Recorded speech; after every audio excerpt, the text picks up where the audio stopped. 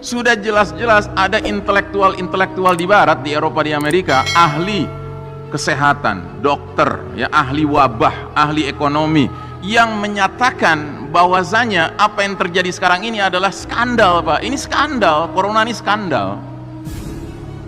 Jadi mereka sendiri sudah menyadari ini masuk lubang ini. Karena para globalis punya niat jahat yang lebih lanjut lagi. Ya. Yang sekarang kita alami sudah pahit, Pak. Yang depan ke depan nanti lebih pahit lagi, Pak. Rancangan mereka demikian. Nah, kita sudah lihat ini, Pak, tapi kita masih aja ngikut. Masih aja merasa bahwa wah, ngeri nih kalau seandainya kita menentang prokes ini, ya kan, bisa berbahaya buat diri kita, keluarga kita, orang tua kita, apalagi yang sudah berumur lanjut. La haula wala quwata illa billah.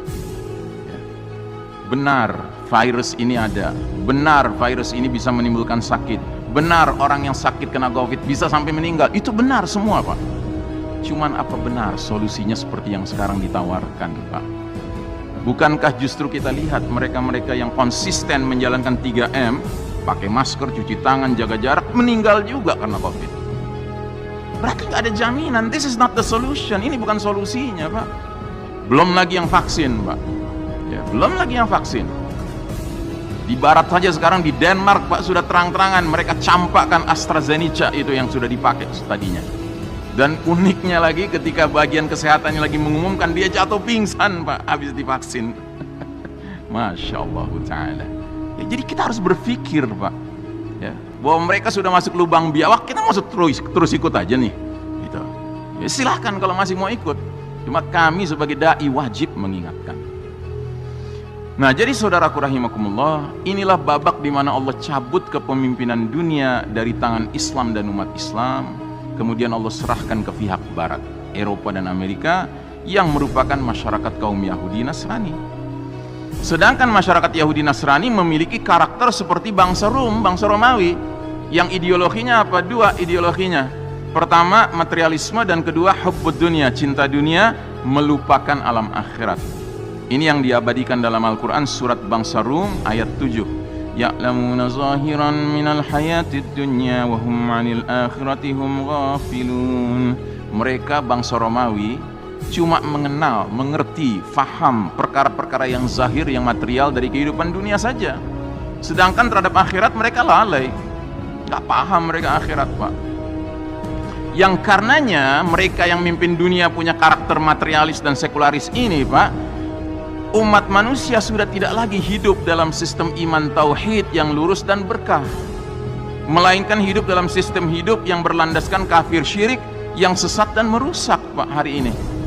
Ya.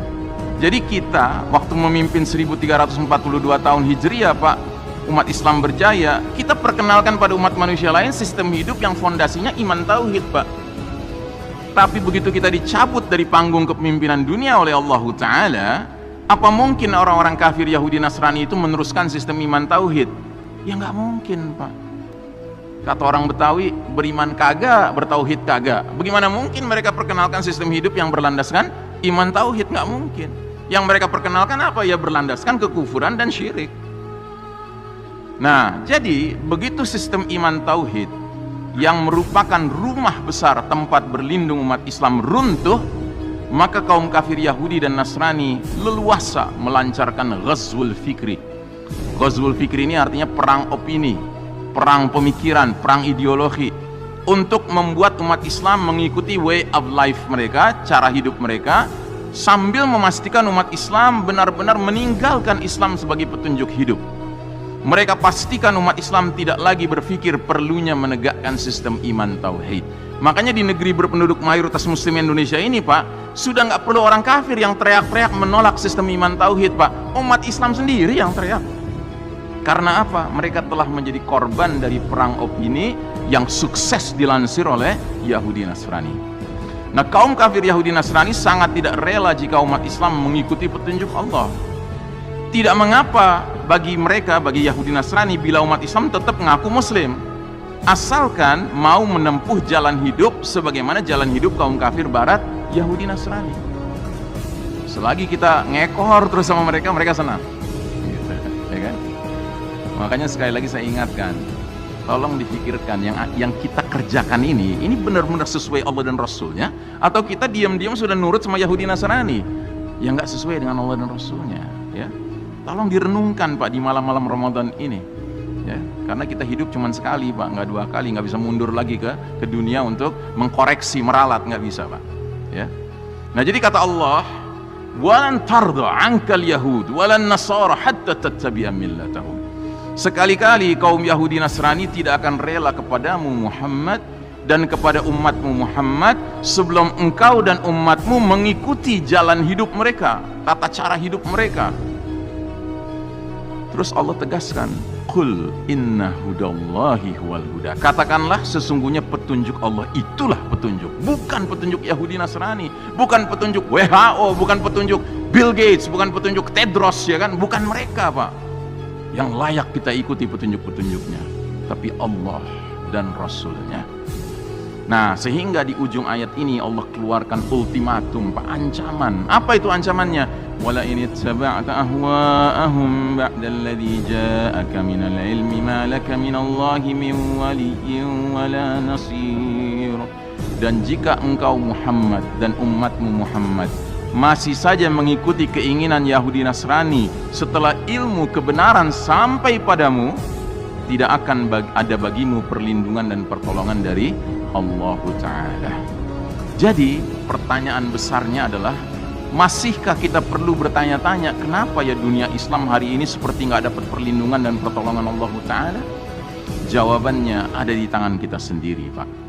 Jawabannya adalah seberapa jauh kita akhirnya mau berpegang teguh, wala, loyal, setia hanya kepada petunjuk Allah, seraya berlepas diri, barok, meninggalkan jalan hidup kaum Yahudi Nasrani. Itu kuncinya Pak.